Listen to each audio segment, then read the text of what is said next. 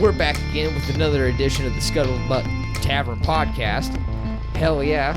And we're going to be talking about the UFC that just recently came out, which is UFC 249, which, man, it was a badass card. I got to tell you, man. Dude, Justin Gaethje and Tony Ferguson, they went to fucking war. It was a fucking crazy-ass fucking match. Not really. They didn't go to war much. It was fairly one-sided, it looked like. There was a bad night for Tony Ferguson. I wouldn't really reflect on that in a positive manner. Well, I mean, when you actually watch the whole match, Tony was actually getting it in there more than what the highlights were actually showing. Like, when you watch the full thing, I mean, Tony was actually getting some shots in. It wasn't like, completely one-sided, but it was favorable towards Gaethje pretty much the whole entire time. So it's like, it was a dominant performance, but it wasn't like super duper one-sided. It was actually like Tony really gave a pretty decent, it wasn't like, I don't know. I wouldn't go tooting his horn too much. I didn't see a damn thing on there that looked like he was holding his end of the bargain like he should have been. Well, it also might just be biased because I like Tony Ferguson. Yeah, I would have rathered him win, but like there's the proof is in what happened, man. He wasn't dealing damage, and every time he was receiving damage, it was a big deal. Yeah. The likes of which caused him to do things he never did before in a fight. Yeah. And I mean, the shit, he just got shut down a bit. I think he started to get tired in round 2. And I think that's a huge problem.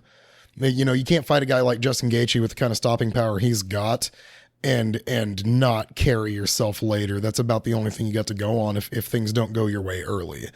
For sure. I don't know. It was a real bit. It was cool. I like Justin Gaethje quite a bit, but it was rough to see. And it was a very great performance by Justin Gaethje. Oh, his best. Yeah. He come out and really just like did some shit. And I mean, everybody knew he was a real tough candidate.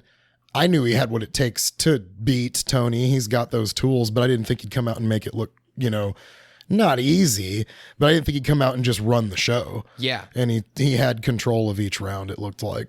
Oh, yeah. Backing him around, punching him. And every time he fucking hit, it was hard. And like the things that he was training in such a way you could tell to where he could carry this fucking fight with blasting power. Right. And he could run through 5 rounds of just throwing his hands. And, if you get away with like putting down the strength that you like on punches, and if you can actually carry yourself for a decent amount of time on those, there's not a whole lot that the other guy can do if that's happening. Right. If you're carrying that and it's working, if you're throwing strength 5 rounds and the cardio's behind it, there's no room for opposition. Well, exactly. And also, like, whenever it got to the later rounds, he was throwing hard punches that were actually rocking Tony. And the earlier rounds, Tony was able to like pretty much absorb most of it. And I think that's really what it was the amount of punishment that Tony could absorb. And that was pretty like fantastic to see that he has like that sort of capability into his chin. But I mean, it was kind of weird. It's just like, it was sort of reminiscent of like Rory McDonald, Robbie Lawler, to where dude was there, but the damage was so massive that it was almost hard. Guy can't shake it anymore. Yeah. He's sitting there having so many issues with the damage going on that with the only differential is like Rory's was like a broke face. And like specifically a broke nose. Yeah, smashed nose, bleeding all over the place and getting pulverized over and over again. So it was a pain problem. Tony's was a reoccurring rocked, verge of consciousness problem.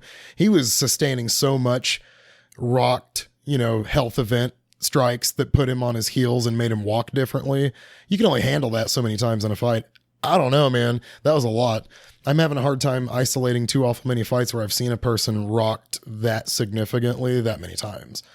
Yeah. It was a lot. Yeah, it was. Well, other than like other Gaethje fights, like to where when he was fighting Michael Johnson and they were just rocking each other back and forth. But see, that's kind of a back and forth sort of thing. So they were still kind of on an equal level playing field.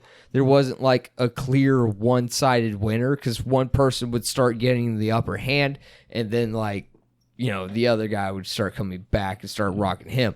So it wasn't necessarily just one-sided, like the Michael Johnson Gaethje fight.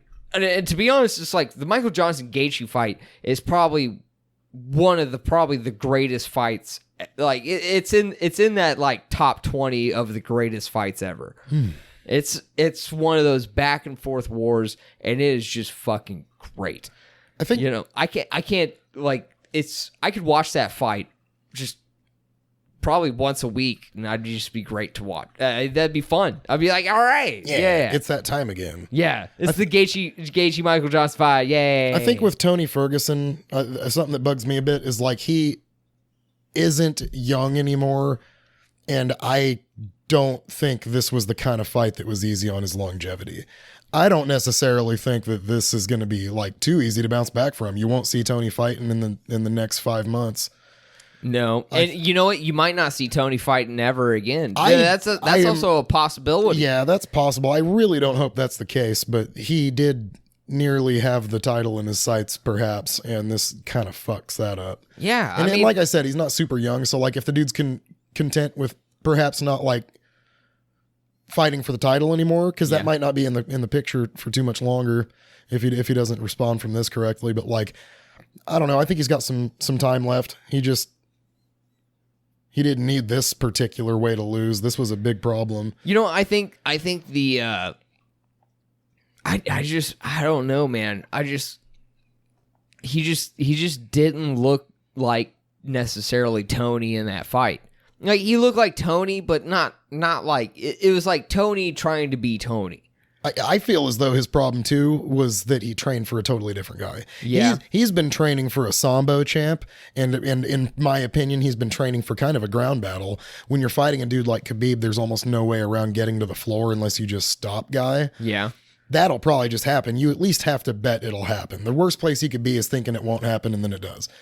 And Tony was probably training for all sorts of shit that just never occurred in this fight. And Justin Gaethje is not a dummy. I'm sure he said, I'm going to do all the things Khabib would never do to him in this fight. Yeah. And Tony's not training for that right now. Yeah. So like, here we go. And like, it was not easy for Gaethje to employ that strategy or anything like that, but he did it well and really, really well. That was an eye-opening fight, the kind of which, like, I didn't really think of Justin Gaethje as a title holder a month ago. Yeah. This fight makes that seem a lot more feasible. Right. How many folks in the lightweight division are going to handle that like Tony did? Yeah. And not just lose fast.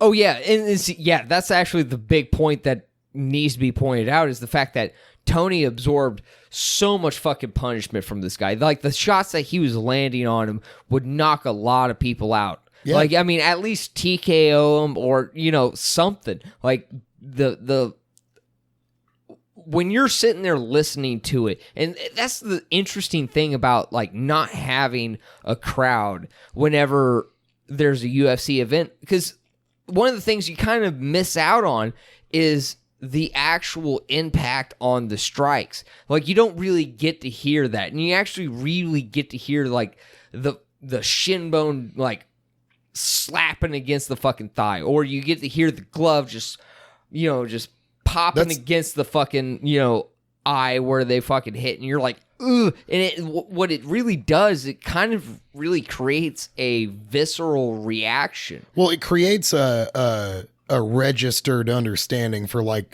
a different dimension of understanding for the damage dealt. If you can hear it quite like that, it helps you understand exactly how hard the blow landed. Yeah. And it's like, whoa, that's a bigger deal than you would think. Just because of the sound. And you know what? Like, without an audience, it makes it less of an entertainment thing and more of a fight. Well, it's very reminiscent of the Ultimate Fighter House.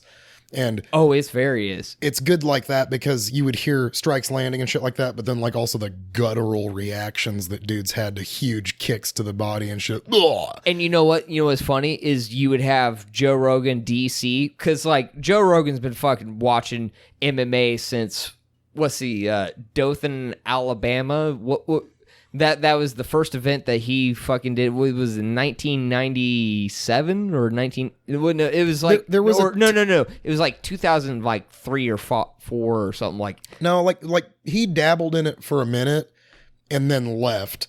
And that's when he did like Fear Factor and shit, and he actually came back.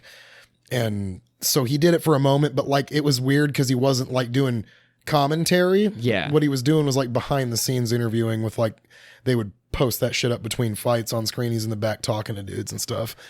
And then he left and he did like Fear Factor, and then he came back and was. But I remember him like commentating whenever the Ultimate Fighter season 1 was airing and shit. Yeah. So like, yeah, that was early 2000s. Early 2000s. Yeah.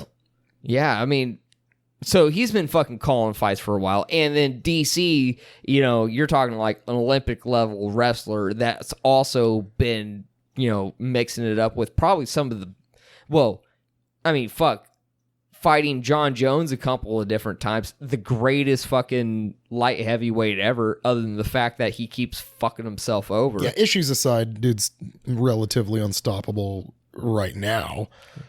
There's so much to be said about John Jones aside from his awful antics. The only person that beats John Jones is John Jones himself. I mean, that's really what it is. And Steve Mazzagatti.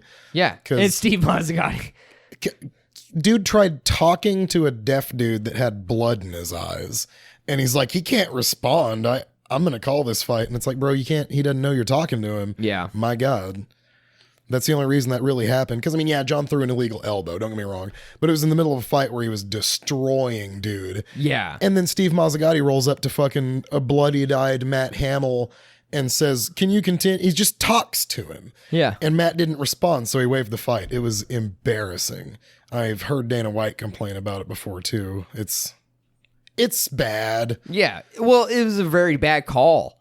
I mean, shit, you should understand that the guy is deaf, and you'd be like, hey, Can you not tell that his corner doesn't say anything to him? For one thing, you know, they're blah, blah, blah, and like they won't say much unless he's facing them, and they'll mouth shit. But you also have to think about it. Like under regulation, you can call time for 5 whole minutes for an illegal shot. Yeah. So you could call time for 5 whole minutes, bring in a doctor, get him cleaned up, and a translator or whatever you need to do in order to be able to communicate with this person. It would be the same thing if you were an English-speaking person and you didn't understand Portugal and you had a Brazilian fighter on the ground that was hurt from an illegal shot. Portugal is a place. Portuguese is what you mean. I just wanted to point it out early because you'd find out later. I bet that's fine. You should have let it go. I just let it slide next time. Yeah, everybody was like, it's Portuguese. They find that cool in the comment section. That'd be funny. See, you should have just let it ride. I should have next time. I'll tell you about it when we're done. You said Portugal. That's funny. This one's going on Instagram. Yeah, I don't like Portugal. Steve Mazzagatti. Because he's not from Portugal. Mostly, that's why. Yeah. But it doesn't help that he's a horrible ref. Yeah. I also that's another thing. That's actually a really good... That's like... For one thing, you're not from Portugal. Yeah, For two, you're a terrible ref. You're also bad. Yeah, you're just bad. I kicked this dude's ass because he ain't from Portugal. Now, where's that bad ref? Oh, it's him too? Yeah, that's him? Double time. Fuck you. No, he sucks, but so does Mario Yamasaki, and I don't really like Yves Levine either.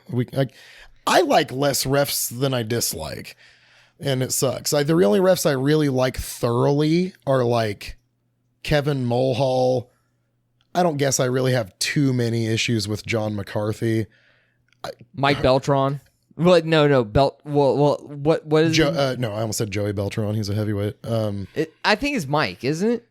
I don't know of a Beltran ref, I don't guess. The dude with the fucking like huge like beard that goes down. Oh, yeah, the Viking looking old dude. Yeah. Oh, okay. It's like something Beltran. See, I haven't seen him ref enough to actually like make a firm No, decision he's a on good him. ref. That's good. He's a really good ref. I don't like Herbine as much as I used to. Really, the sealed deal was his Anderson Silva fight with Michael Bisping. Yeah. When he fucking shit bed and pulled Anderson from the fucking... He let him dump adrenaline. He let fucking Bisping, recover for more than a minute and a half straight, like 2 minutes straight. And then they bring him back together, and Anderson had no idea he's about to fight and gets fucking rocked the second they come back together. Because he's fucking dumped. He come out and just start yelling, and he's up on the cage. And like I don't know, that was so unfair. And for me, I just don't like that. Herbine was my number 1 ref. And that just like put him back somewhere to like number 5. that fucked me up. Yeah. It was only his first massive fuck up, but boy, was it a big deal, especially versus my favorite fighter. So I didn't appreciate that at all. I kind of viewed it as like, you know what? That was the first time anyone's ever was shit the bed like that as a ref. That should have been nipped in the bud immediately. Anderson should have been brought down the second he got up there, and fucking, you should have had those dudes fighting again or stop the fight. You just gave Bisping 2 minutes straight to recover from being hurt real bad. Right. He was not capable of performing right after that happened. But I mean, that is also, you also kind of have to look at it from the view of the ref too, is the fact that you have, at one point, you have a fighter that's been illegally shot that you're trying to stop it in order to like be like, hey, you know, like, it wasn't an illegal strike. He floored Bisping with a legitimate damage and escaped on his own, thinking the fight was over. Because it was. Dude was destroyed, couldn't continue. But just because Herb Dean didn't say it was over, he had to make sure that, you know, but get him going, man. Turn around and fight, dude. He spent as much time tending to Bisping as he did fucking getting, you know, dude off the cage. It was really gross. Because like the only time I've ever seen anything like that was when like Husamar was fighting. Also, Herb Dean was reffing this fight too. And it eludes me right now who Husamar was beating up. He was wailing on dude. And then he just decides to quit. Like he just eases up off a dude and he starts walking away with his hand in the air. And Herb Dean tells him, hey. And dude actually even gets on the cage too. And he gets him down. Hey, fight. You know, and he's like, oh, and they fought. And it happened immediately. It was a very fast thing and it should have been that way. right. And then Husamara, I think, subsequently got defeated as well. But that's very telling. You know, it's like if you you let a dude think he wins and he runs off for too long, that guy is spending during his celebration portion, you know, and he's actually like, there's a large amount of expenditure that occurs once you complete the task, right? At least to your knowledge. And he didn't officially, but he thought he did. So then when it's like, hey, actually turn around and fight again, he's not ready for that right now. And and both of them kind of handled it the same way, and it's really unfortunate. Herbie needs to lock that down. Well, yeah, but it's like I kind of feel like in the amount of fights that Herb Dean's actually reffed and all the fights he's actually called and all the good calls that he's done, yeah, I mean, that's a really bad call to be making. And yeah, he's probably made some questionable calls too. But overall, I mean, I would say overall, Herb Dean's a good ref because I mean, at least he tries to be as fair as possible, even though, yeah, he does make mistakes. And sometimes, you know, he made an egregious mistake in that sort of point. Like, it was kind of one of those things to where it was a debacle. He was trying to manage two different sides and didn't really fucking do it well. And at the end of the day, I think overall, Herb Dean has made more good calls than he has bad calls. So I kind of still think that, I mean, yeah, he's probably not, you know, number one ref. You know, he's like, you get... No, he's not. That's my issue. I don't think he's a bad ref. He's still a good ref, but I mean, he dropped like 3 places. But it was still, by being the only ref that did the same thing twice. But I've never seen anyone else do that. Yeah. But I also think that fucking like most people, if they were to be fighting and they saw that Herb Dean was reffing their match, they'd be like, okay, thank God. Oh, yeah. It's Herb Dean. Thank goodness Herb's not the worst ref in the world. That's fine. But, like, he dropped very many places for me in that particular... I'm just saying he's the only... I mean, I don't even... I don't even think that... I wouldn't have any issue with him reffing my fight either. He's obviously got the credentials. I think it helps a lot that he actually used to fight. Yeah. That's kind of cool. He wasn't very good at it, but then he's been in there and he knows what's up. Yeah. He's one of the good ones, you know, top 5.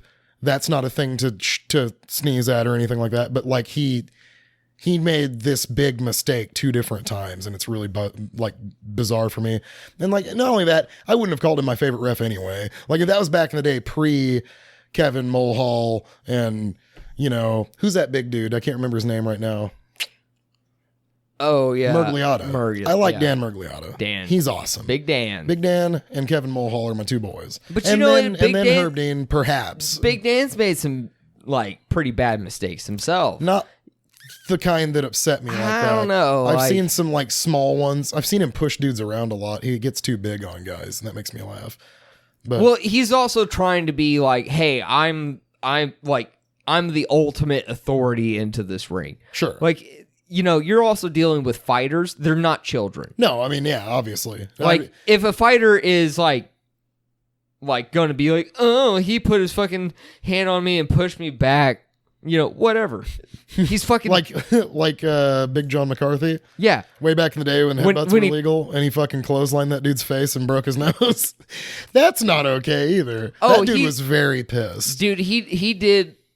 Dude, he broke that nose like fucking what happened to like Brandon Vera. Like It was when that bad. slap to the face It that was he took. bad. It was like a dude that was much bigger than. Oh, and he was so pissed. He was like, dude, what the fuck? Oh, he's flaming pissed. He's fuck you, and he's really angry and I'd shit. be pissed and, too, man. Oh yeah, that was the biggest shot he sustained of the fight. It's like from the ref. you could have came up and shoved me off. Instead, you fucking clotheslined my nose. Yeah, that was salty. I don't know, like if that was an accident or not. Like, because I mean, I know he didn't mean to floor dude's face, but like he was pretty close to the action, so it's not like he came from a long ways away.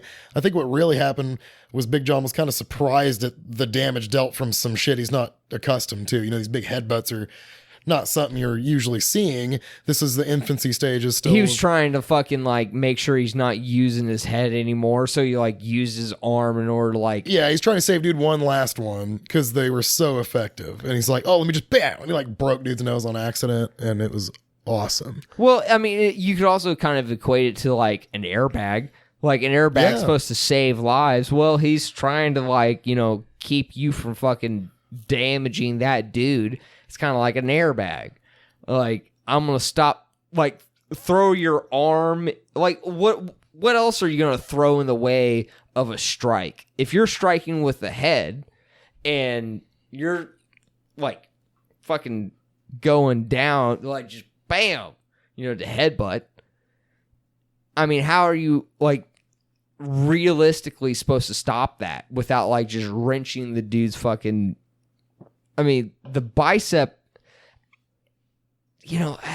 You would just kind of hope that you could slide your hand in there, like top of your hand, forearm across his chest, and let him know that the shit's over, and he would just quit. I think John McCarthy was going on some, like, I have to stop this. Well, yeah, but, I mean, you're also, like, in the split decision of a fight going on, like, oh, shit, that's the final strike. I gotta stop this now. Mm-hmm. So, I mean, yeah, you're completely right. I have to stop this, but I have to stop the strike. So the strike is the head, and the nose is attached to the fucking head. It was a mistake, though. I think that, like, nowadays you can be sure, because you couldn't do this back in the day when he did that. Yeah. But like nowadays, you can be sure that the athletes are skilled enough to know when the fight's over, when told. You put your hands on him, and unless you're Husamar, the dude will quit. And then it's like, good, you know to stop. I put my hands on you. I'm the authority in this ring. And most people will quit. Yeah. But back in the day, you didn't know. These are just weightlifting fucking crazy boys. Especially that dude. That dude was just like a fucking thick motherfucker. And he may not actually be, you know, full on athlete. He might just be weightlifting power horse, you know. Yeah. And that guy's going to be hard to stop. And so, I mean, I'll give Big John the credit that, like, he stopped the fight thoroughly. However, there's a better way. There's got to be a better way. Yeah, you say that, but I don't think there is. There could have been a worse way. Well, There's obviously a better way. Well, the thing is like, two, I also don't think that necessarily you should have headbutts in MMA. Well, that's the first one. Yeah, obviously the first thing is like no headbutts stops the issue. But I will say, like, I do like some Lethway to watch some dudes fucking elbow and headbutt each other. It's fucking great. Like, have you ever seen that shit? No. It's fucking great because it's Muay Thai with headbutts and no gloves. That sounds like a lot of fun. It's fucking great. Lethway? Yeah, because it's like elbow, headbutt, elbow, and his fucking leg kick, you know, body kick. It's pretty cool. That sounds kind of cool. It's great. You know, but why not use your head? Because, I mean, it's obviously... like your forehead is really solid. Like it's really hard to like crack your forehead. And when you slam that in to a person's face, A person's face, like the bones that are below the forehead, as long as you're not going crown to crown, which that is the danger of a headbutt, is to go crown to crown. Yeah. Which then it's just like, I'm just trying to bet that my head's harder than your head. And sometimes like the movement in and their movement back kind of just makes it to where they accept more damage than you do. But most, like, if you fucking like headbutt like the nose or the eye or like even like the mouth. Oh, imagine like headbutting somebody in the mouth or chin. Yeah, no, there's no debating a headbutt's being pretty devastating. I'd equate it though to like a knee, just with more on the line, right, and less mobility. I'd rather just throw a knee. Well, I think a headbutt's really valuable more in like elbow strike, like into like some sort of elbow combination. To like if you were to like sort of jab in, throw an elbow, headbutt in, then like that headbutt creates kind of, you can even push off, and then like, I don't know. I think that's still ill-advised. I think that like you'd be in your best bet if you're just going to throw a headbutt. I think that the best chance for it is on the ground. Yeah. And I mean, if you're going to throw them standing up, that's the ground headbutt is actually, those shits are real. You kind of posture up on a guy with your hands, yeah, and bring your whole Tito Ortiz elbow mentality. Or Mark Coleman. You just kind of, you bring down your shoulders worth of weight, but you got your head on it now. You're whack. And yeah, you could floor a guy that's on the ground. And what's even better is like if you just use your hands on his chest or shoulders to keep him down, you're not going to hit him on the crown. Yeah, it's only face because he can't get up. Yeah, so it's like whack. Like, oh boy, god damn. And you could do it from the mount. It's diabolical. Yeah. Bad news. It's a good idea they stopped doing that. Yeah, it is. Because, but it's fun. But I will say one of the things that I wish they would bring back is grounded knees. Yeah, that's true. Like I will make a concession and say no grounded kicks. So to the head. So you can't kick the grounded opponent in the head, which sure. I think that is fair. Yeah, that'll cause like neck problems. But I think grounded knees should be legal. Yeah, so long as they're not to the back and top of the head. Yeah. Sides and face should be okay. And there aren't too many people that are going to put up with that. And like I've seen Pride plenty of times to know that like those don't typically knock you out the first time. It'll give the opponent opportunity to give up. Yeah, I think. And it's, if anything else, the impending threat is a pretty big deal. When you got that dude that crams you and he's hovering above you with those big knees, that's really kind of a heads up. And then when you take one, if it doesn't knock you out, you can immediately decide whether or not you're trying to continue. Be like, whack, okay. Yeah, that's not something I could contend with. You get some people that try to grab that thing and... Or like I saw there was one position to where the guy like sprawled this guy up against the cage, and there was a great placement for like knees to the head, like to the side and to the face, and you just can't throw that, and it's like that's a perfectly legitimate strike at that point. Yeah. It would be a game changer. I think that you'd see a huge like the reason I think that it'd probably be a great idea is because you'd see a massive change in the way base like wrestling purists approach mixed martial arts. They'd be far more reluctant to shoot on a guy willy-nilly if they can get jammed and kneed in the face. Especially dudes who are tired. Those really tired guys. Yeah, you push dude down on his face with a proper sprawl and blow knee across the side of his head, he's probably going to hate the idea of shooting on you ever again. And honestly, that would make more exciting fights because dude's like, I'm not going to fucking shoot on you because I'm tired. I'd rather fucking just throw my hand. Yeah, you wouldn't actually get these dudes skating by on wrestling credentials. We've reached kind of a point in mixed martial arts timeline to where I think it should be, really, really difficult for a wrestling purist to actually reach the top of the food chain any longer. And you know what? And same with Brazilian Jiu-Jitsu purists too. But you know what? There's also different positions to where if you're able to throw grounded knees to the face, they now become really pretty dangerous. Well, yeah, definitely. If they can actually like implement that correctly, and that just helps the fucking sport because they become more exciting. Like side control. Yeah. Oh yeah. Like imagine side control to be able to throw knees to the head and to the body. Sure. You're throwing punches to the head, you knee to the body, then you knee to the face, and then you knee to the body, and you start punching the head, and you just go back and forth, and you're causing, and either they're just going to sit there and accept that damage until it's stopped, or go out, because they're just taking too much damage, or they're going to have to get out of that position much faster. So it's not going it's going to keep people from like just holding on. And also knees to the head are very, very easy to get off. It's not just like throwing fucking punches all the time. Cause like I really feel like a lot of people have a hard time like generating a lot of like power. I mean, there's a lot of people that can't throw power, especially nowadays. Nowadays, I think everybody really has a good understanding of how to generate power on the ground. So in order to be able to like, if you're a person that's not being able to generate power, you're probably in the fucking wrong camp. You might be in the wrong sport in this day and age. That also true. There's a few dudes. Unless you're just one of those guys that are sick at submissions and just sick at it. And also a really awesome volume striker. What if you're a really awesome volume striker that's really creative, like you're not knocking people out, but you're doing crazy shit like Sean O'Malley?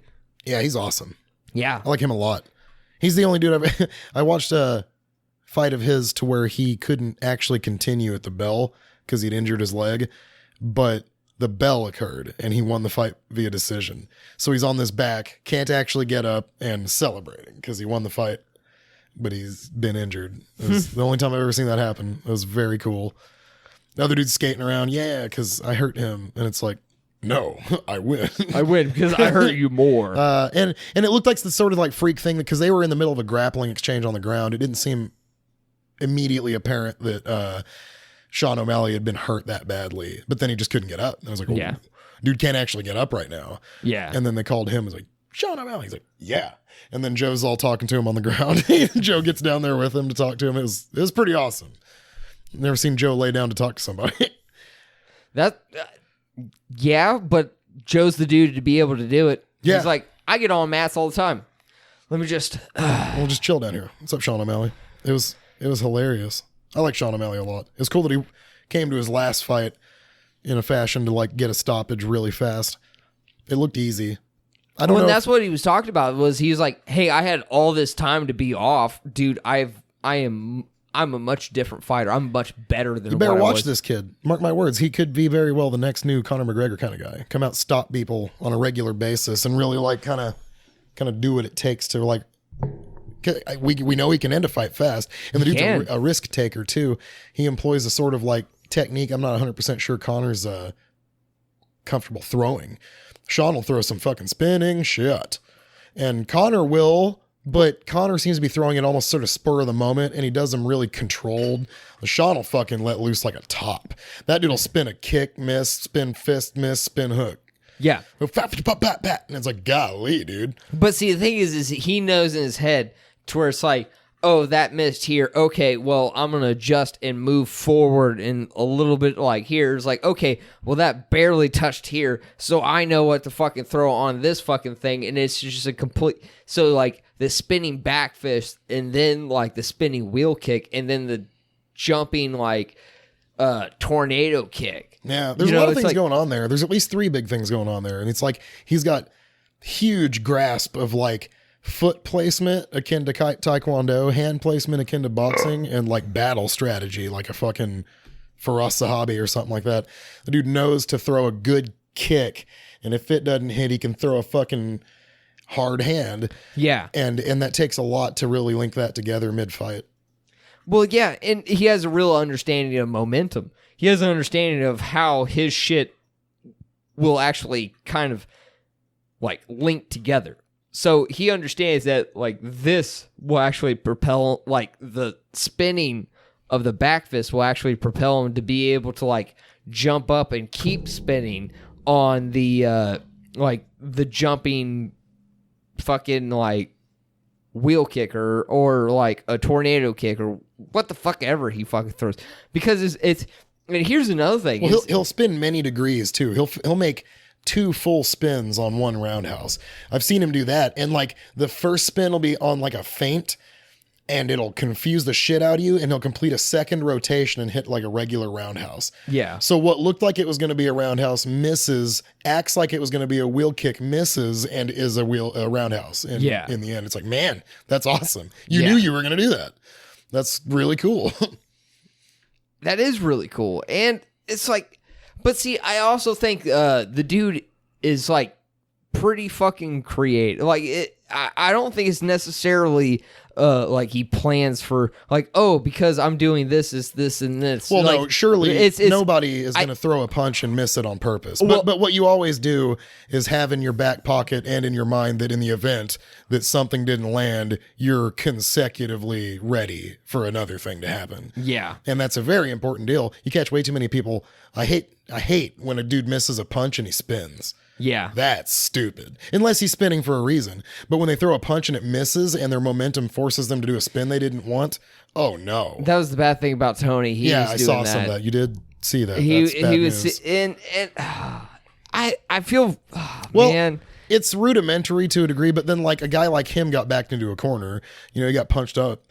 He did. You know what? It really sucks because I mean we're never going to get the Khabib-Tony fight. Nah. It's never going to happen. But see, now after watching that fight, I'm like, I don't know if Tony would have actually won that fight. That Tony probably would not have. No. Watching Justin Gaethje fight Tony Ferguson made me feel as though Tony Ferguson...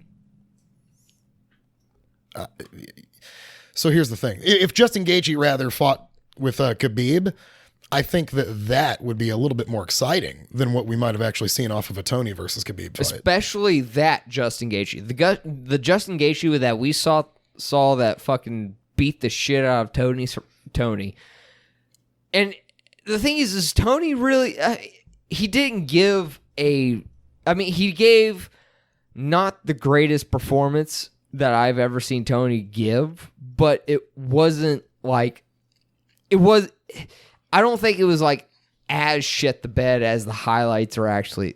Like when I was watching it, there was a lot of straight punches. The thing is like Tony couldn't land the hooks, the big hooks that were going to like create damage and shit. He was able to like land jabs and straights and stuff, but it was always at the end of the punch. So that's the reason why you saw Justin Gaethje's mouth all fucking like tore up, is because he just like kept punching him in the mouth.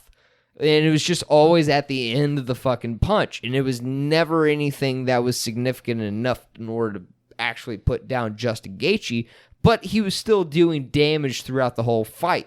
I mean, he was still putting up a fight. I don't think he was doing damage. He was there and he was landing, but there wasn't any damage as a result. He wasn't rocking him any either. He did that one time with that big uppercut from what I saw. But like, for me, I've seen Tony fight quite a few times, and there was something up. Like he usually trades. When he's hit, he's usually keen to throw back, and I didn't see any of that. I saw him get hit and shut up. And then like not only that happened actually a lot. It happened a shit ton. And then he started doing that weird spinning thing, and I've never seen him do that. That was fucking bizarre too. Get rid of that. And then his cardio felt like a problem.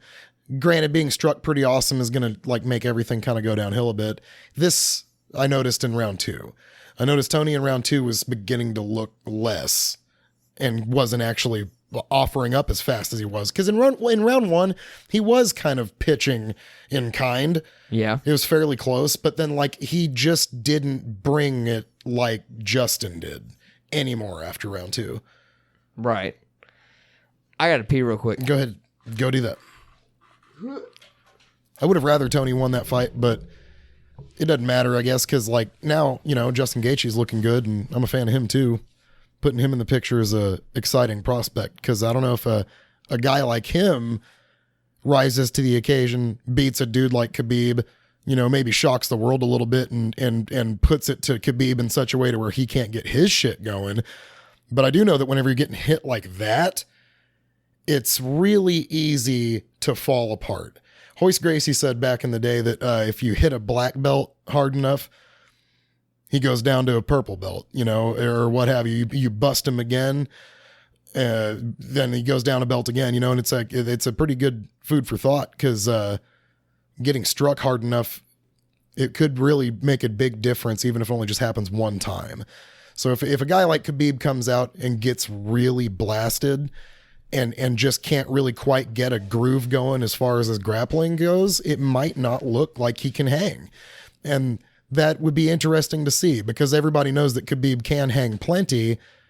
However, being stuck, stung, and have that be one of the first things that happens, it becomes much more difficult to gain traction.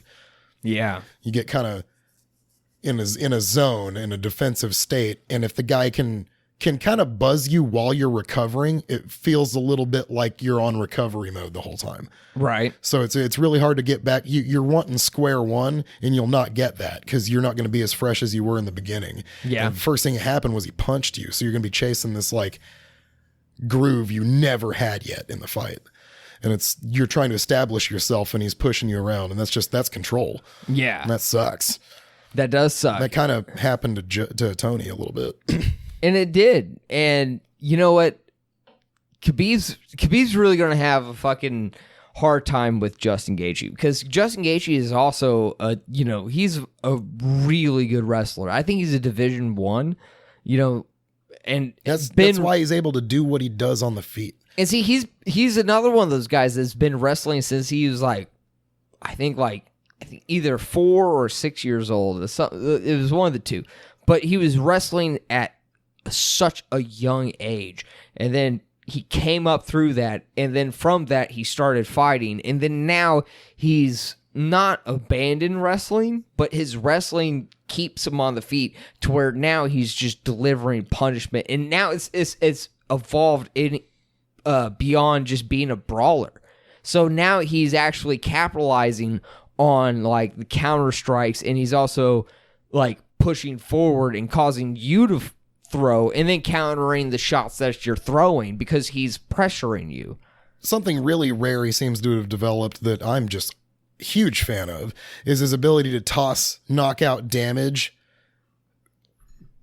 fucking red line. You know what I mean? Yeah. He goes pedal to the metal for virtually the entire fight on like damage for punches. Yeah. And that's impressive. That's the best thing you can do. You get a guy that throws like that. I mean, I saw there in the later bits of the fight, he was kind of grunting and heaving a bit when he's throwing punches, and still doing it. When you get a guy that's like keying, and they start grunting and shit whenever they're throwing punches and stuff like that, that usually means they're spent. Yeah. But he was not spent. He continued to do that. And that's when you got a dude that's really training to fucking throw punch as hard as he can the whole time. Yeah. When you get the guy that grunts while he's throwing and continues to do that to you. This dude's used to bite and bullet, red line, and staying there. And that's the rare thing. You can max out, you can push the gas, but to be as paced as you can and fucking stay there is remarkable. That's when you've hit hurdle and you start spending brain. You know what I mean? It's like I am my body's telling me I'm reaching that point. It's forcing bellows. I'm losing steam audibly whenever I swing now. Yeah. And I won't allow that to stop me. There's something rare there. That's awesome. It is pretty awesome. I just can't wait for this fucking fight. And it sucks because I really wanted to see the Tony Khabib fight, but after watching this fight, I'm like, well, would you almost not rather see now Justin Gaethje versus Khabib? I would actually honestly rather see Justin Gaethje versus Khabib more than I would like to see Tony Ferguson versus Khabib, because the thing it's is interesting. Here's the thing: he shuts down dudes that are really good on the ground. Because Michael Johnson's got wrestling credentials for sure. He's very accomplished, and he went to school for that as well, and handles himself with dudes. He beat fucking Glover. He beat Glover Teixeira. Yeah. No, he beat Gleason Tebow. And that's an accomplishment. Yeah. That's tough. And that's a big motherfucker. Yeah. That's and a big Justin dude. Gaethje was able to stop him up, man. And Justin Gaethje's able to stop up Tony, who's very Michael dangerous Johnson, on the ground. Michael Johnson, that dude is a fucking hard dude to fight. He fought Khabib too. And check this out. Michael Johnson fought Khabib and lasted.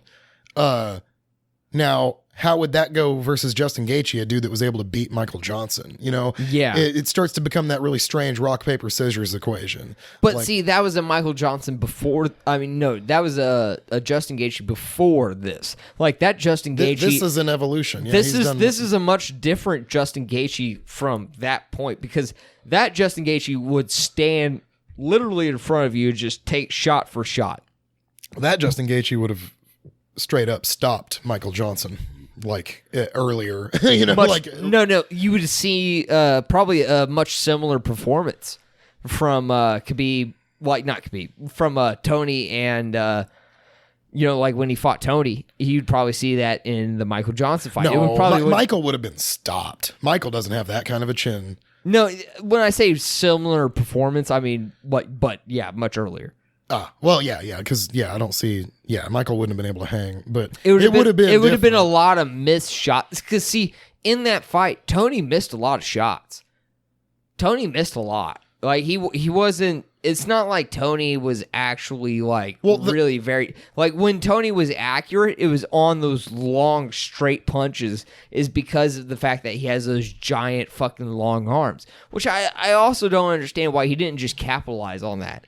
He should have used those. He should have used his length as an advantage, but he was trying to get in there and like mix it up with them, but it wasn't working because fucking like he would like Gaethje would fucking throw hard shots and fucking connect right on the fucking chin. Yeah, and when you do that over a long period of time, and especially like he's just landing good too. Yeah. I saw a lot of those punches that landed above the ear, just upside the head, and made dude dance. Yeah, and like the other thing too that's kind of interesting, like I mean it's pretty simple, is like the areas where where Tony Ferguson was lackluster, or the areas that I feel like Justin Gaethje was shining in. And if you sit there and you can kind of look at a guy and figure out what he's not doing correctly and do it better, it becomes paper. You know, on paper, that should just be enough to win. So extra intervals are just better. So it's like, dudes, for instance, reluctancy to trade, in my opinion, Tony's reluctancy to actually grind down and throw in kind. Yeah. That's something that is because Justin Gaethje, he was actually doing himself. Yeah. Justin was the one willing to trade. He was establishing himself the one who would win fighting exchanges. He was coming into the fight in his brain ready to trade. Yeah. And the dude that knows he's going to trade versus a guy who isn't sure about it yet would come out trading better, you know, and very rarely is it going to be different unless you get like Dan Hardy and Carlos Condit in there. For sure. Then it's like, blah. But then another thing is too, Tony was losing cardio, and I felt Justin Gaethje wasn't at all. Yeah. And Justin Gaethje was pitching fucking death. He was. He was trying to kill. And that would props also to Justin Gaethje for carrying himself through the whole fight the same way. This is a dude who trained this way to throw these punches full steam through the entire fight, because he was hitting Tony with punches that would have discouraged some fools, you know, be like, damn, that dude didn't get stopped, but Justin just kept throwing them bitches. Yeah, he did. He just wanted it to happen, and like he wanted it so bad it was just not going to stop him from trying. And even when they were fucking, because they were landing a lot, because he would throw that lead hook of Justin Gaethje's was fucking killer. It was just like, wow. I mean, it was just perfect. Like, a lot of the time, I mean, sometimes he would lead with that, like fucking Roy Jones Jr., how he would fucking lead with that fucking, like... The lead hook is bomb. That's like my favorite punch. I just love lead hook. It is the best. And if you're boxing correctly, you're probably starting your strikes with your right hand and ending them that way too. That way you got, well, I mean, my bad, right hand, left hand, whatever, your power hand. If it's up front, you can begin and end combo on it. And dudes that know that will hit you more often with a hard lead arm than most people. Yeah. And it's super telling that Justin Gaethje knows what's up on lead hooks. Oh, yeah, he does. I mean, it's also one of those things to where it's... A dude that knows lead hook properly, too, has an easier time finding that body, because he's closer with it. But he didn't throw a lot of body shots. No, he was actually throwing a lot of more like calf kicks and head punches. It was a lot of like, when he threw that lead hook, it was a lot of the times just, you know, countering off of what Tony Ferguson was trying to do. Right.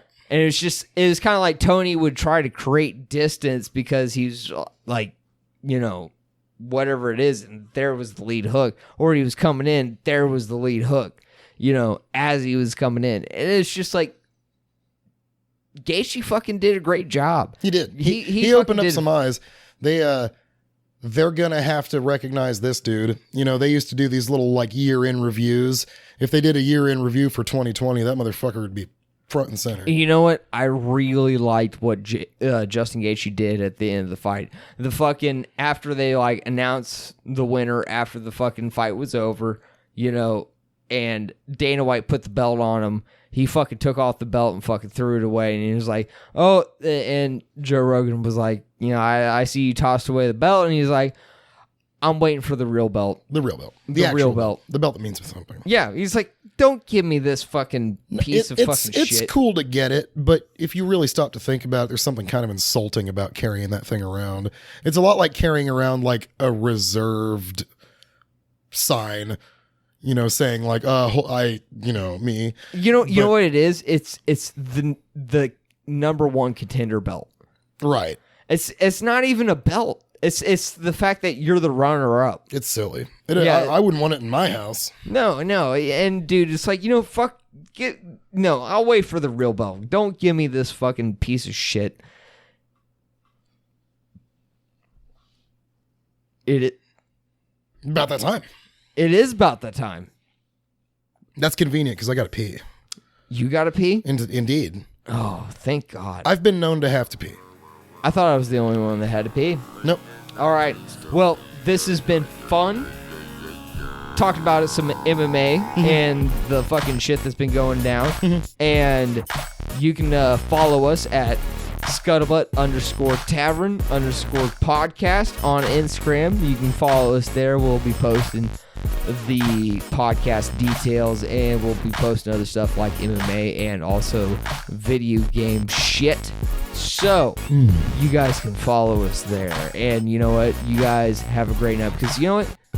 Why not have a fucking great night? Yeah, try to. Don't feel obligated. Go ahead and have a bad night if you'd like, but like just, freedom of choice. Yeah, freedom of choice. So I guess, later. Bye.